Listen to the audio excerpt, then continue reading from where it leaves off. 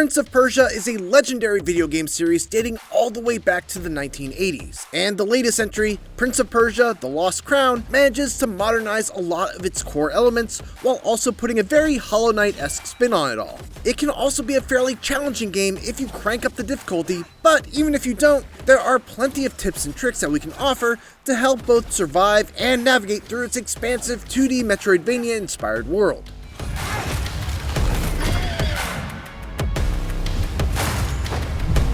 One of the smartest innovations that Lost Crown brings to the Metroidvania genre is the addition of memory tokens. Whenever you come across a room that has an obvious path forward, but you don't have the means to reach a platform, or open a certain type of door, or clear some sort of obstacle, you can press down on the D-pad to take a screenshot, which will then drop a memory token on the map at whatever spot you're currently standing at. This is super useful for whenever you're lost, or looking to backtrack to old areas after getting a new time power.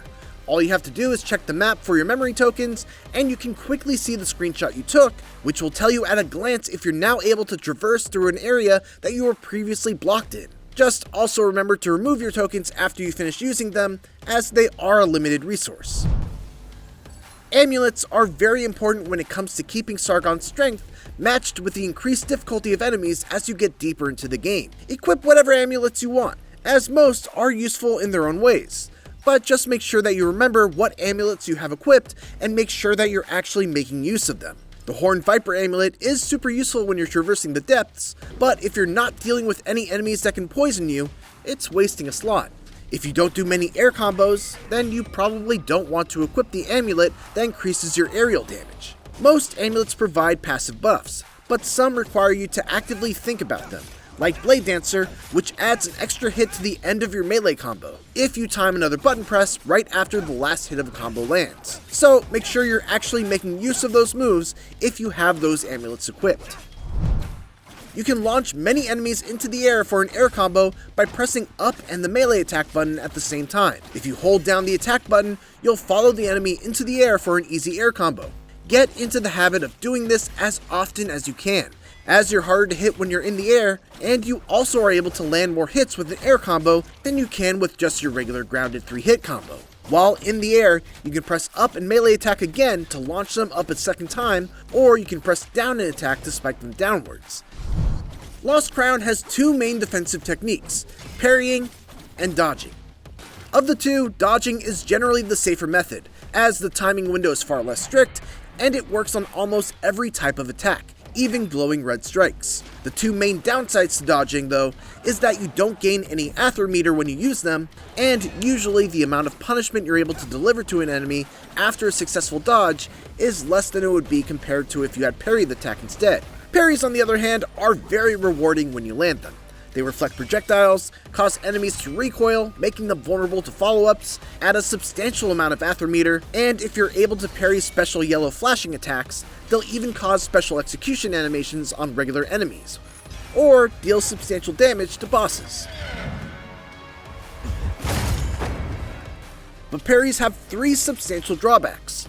First, the default timing window can be pretty tight. Second, if you do mistime a parry, you take extra damage. And third, if you get baited into trying to parry an unblockable red glowing attack, you can kiss a large portion of your life bar goodbye. Ultimately, parries will help you clear tough encounters faster, so if you're confident, you should definitely go for them. But if you start getting low on health, maybe consider dodging instead.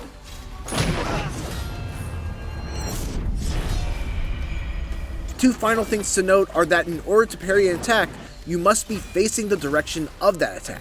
And if you don't press the direction and you press the dodge button, you'll do a backstep that has much more invulnerability, can be repeated twice, and is generally the safest way to get far out of the way of a long-reaching enemy attack.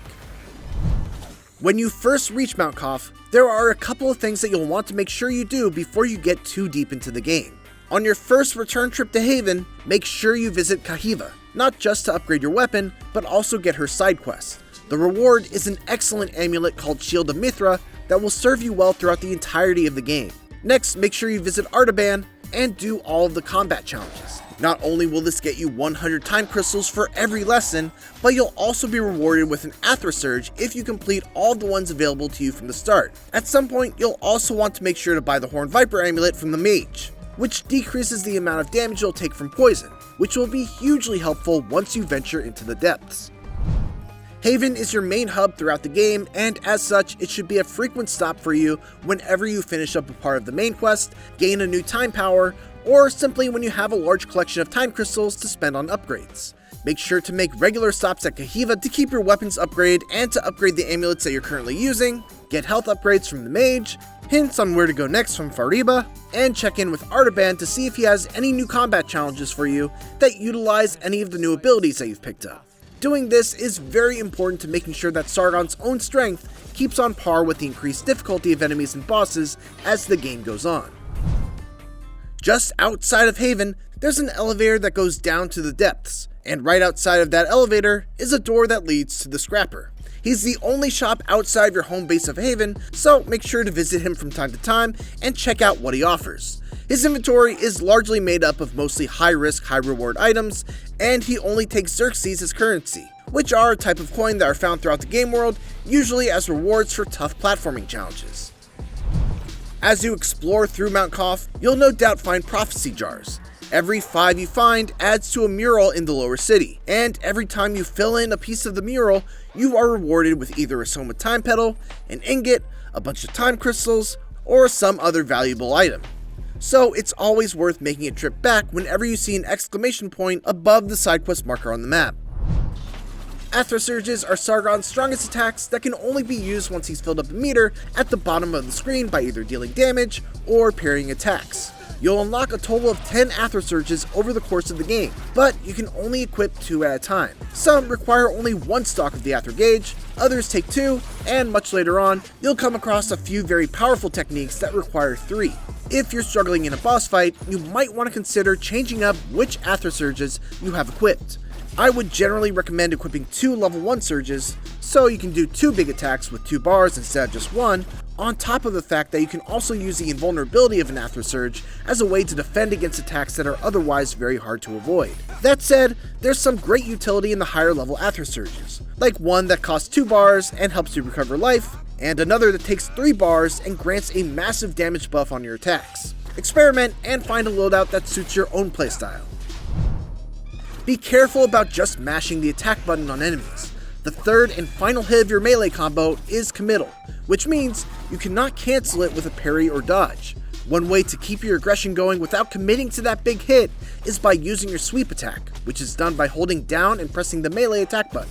So, for example, you could do attack, sweep, attack, attack, launcher, hold the button down, attack, attack, down attack, hold the button down. This is a pretty powerful combo that should be able to take out most enemies in one go. One of the most versatile skills in Sargon's arsenal is Shadow of the Simurgh, which is the second time power that he gets. Press a button to create a clone of Sargon that's frozen in time, in the middle of whatever action you made him do, and with another press of the same button, Sargon will teleport back to the clone and complete the action. You can use this offensively by charging an attack, creating a clone when the attack is charged, releasing the charge to send out a shockwave, then return to the clone who will have another full charge all ready to go, essentially letting you get 2 charged attacks for the price of 1. You can also use it defensively to avoid certain sweeping beam attacks that otherwise cannot be avoided by dodging or jumping. There are some pretty challenging platforming sequences in Lost Crown that require a lot of fast thinking, quick button presses, and a lot of precision. They're all very satisfying when you're able to complete them, and I would always encourage someone to do their best before trying to skip through them. But if you're struggling and not having fun, the game fortunately has a platforming assist feature in the options and accessibility menu that lets you create portals and bypass them altogether. And those are our tips to help you get started in Prince of Persia: The Lost Crown. Thanks for watching, and for more Prince of Persia guides, make sure to check out the IGN wiki page. And for everything else, keep it here on IGN.